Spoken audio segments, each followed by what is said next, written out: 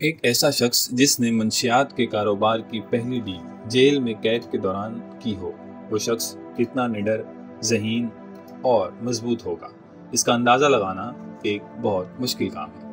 ناظرین، منشیات کی دنیا ایک ایسا میدان ہے کہ اس میں ہر دور میں ایسے سفاک اور خطرناک لوگ نام کماتے ہیں جن کے نام کمانے کے پیچھے اور اس میدان میں باقی حریفوں کو اپنے پیچھے چھوڑنے کے لیے ہزاروں لوگوں کو عذاب، خوف اور آگ کے دریا عبور کرنے پڑتے ہیں۔ تب کہیں جا کر کوئی ایک شخص اس دنیا میں اپنا نام کماتا ہے۔ اس دنیا کے گاڈ فادرز کی تعداد بہت بڑی ہے۔ ان میں سے 70 اور 80 کی دہائی کے دوران اس دنیا کا گاڈ فادر مانے جانے والا شخص جارج جنگ تھا، جسے امریکہ کے لوگ بوسٹن جارج کے نام سے جانتے تھے۔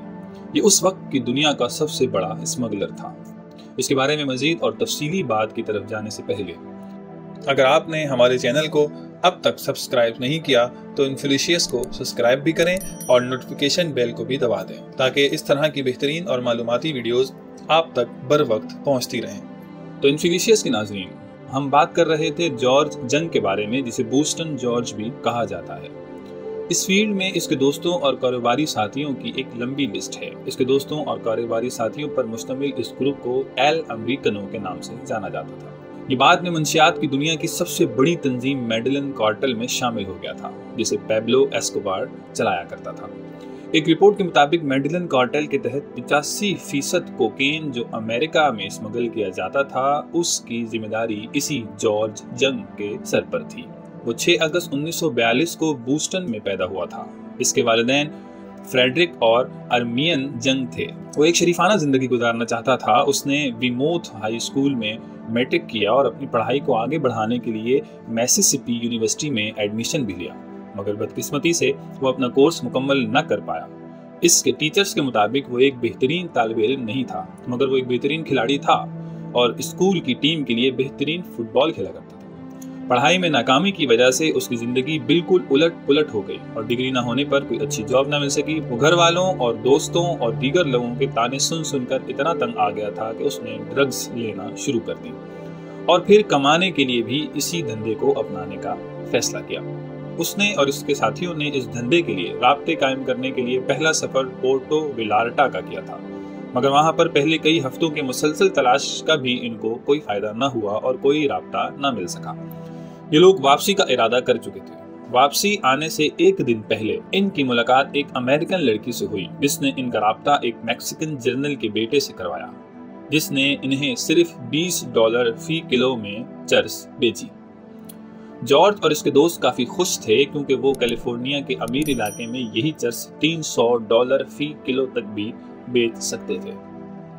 اس طرح سے ان کے دھندے کی ابتدا ہوئی اور دیکھتے ہی دیکھتے اس دنیا میں ایک نامور مگر بدنام زمانہ شخص کی صورت اختیار کر گیا۔ میڈلن کارٹل کے لیے کام کرنے کے دوران اس کی ملاقات میرتھا نامی لڑکی سے ہوئی جو خود بھی میڈلن کارٹل کے لیے کام کرتی تھی۔ دونوں کی دوستی اتنی بڑھی کہ بعد 1977 میں شادی تک پہنچ گئی۔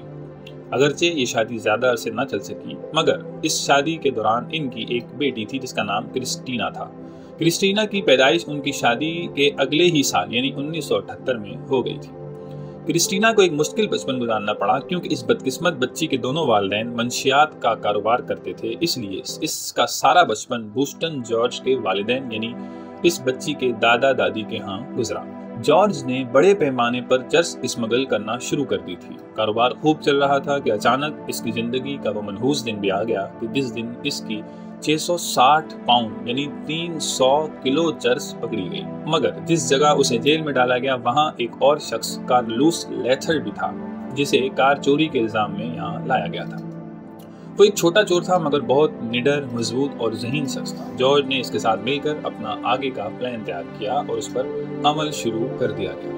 پلان کے مطابق جارج کو 2 خواتین کی تلاش تھی جو سیمسو نائٹ سوٹ کیسز میں اس کی دی ہوئی کوکین انٹیگوا لے کر جائیں گے۔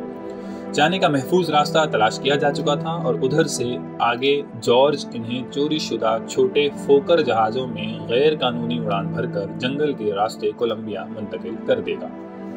کچھ تلاش کے بعد 2 خواتین ایک بڑے انعام پر راضی ہوئیں اور انہوں نے یہ کام کر دکھایا اور آگے کا کام جارج اور کارلوس نے بھی کر دکھایا۔ ان کی کوکین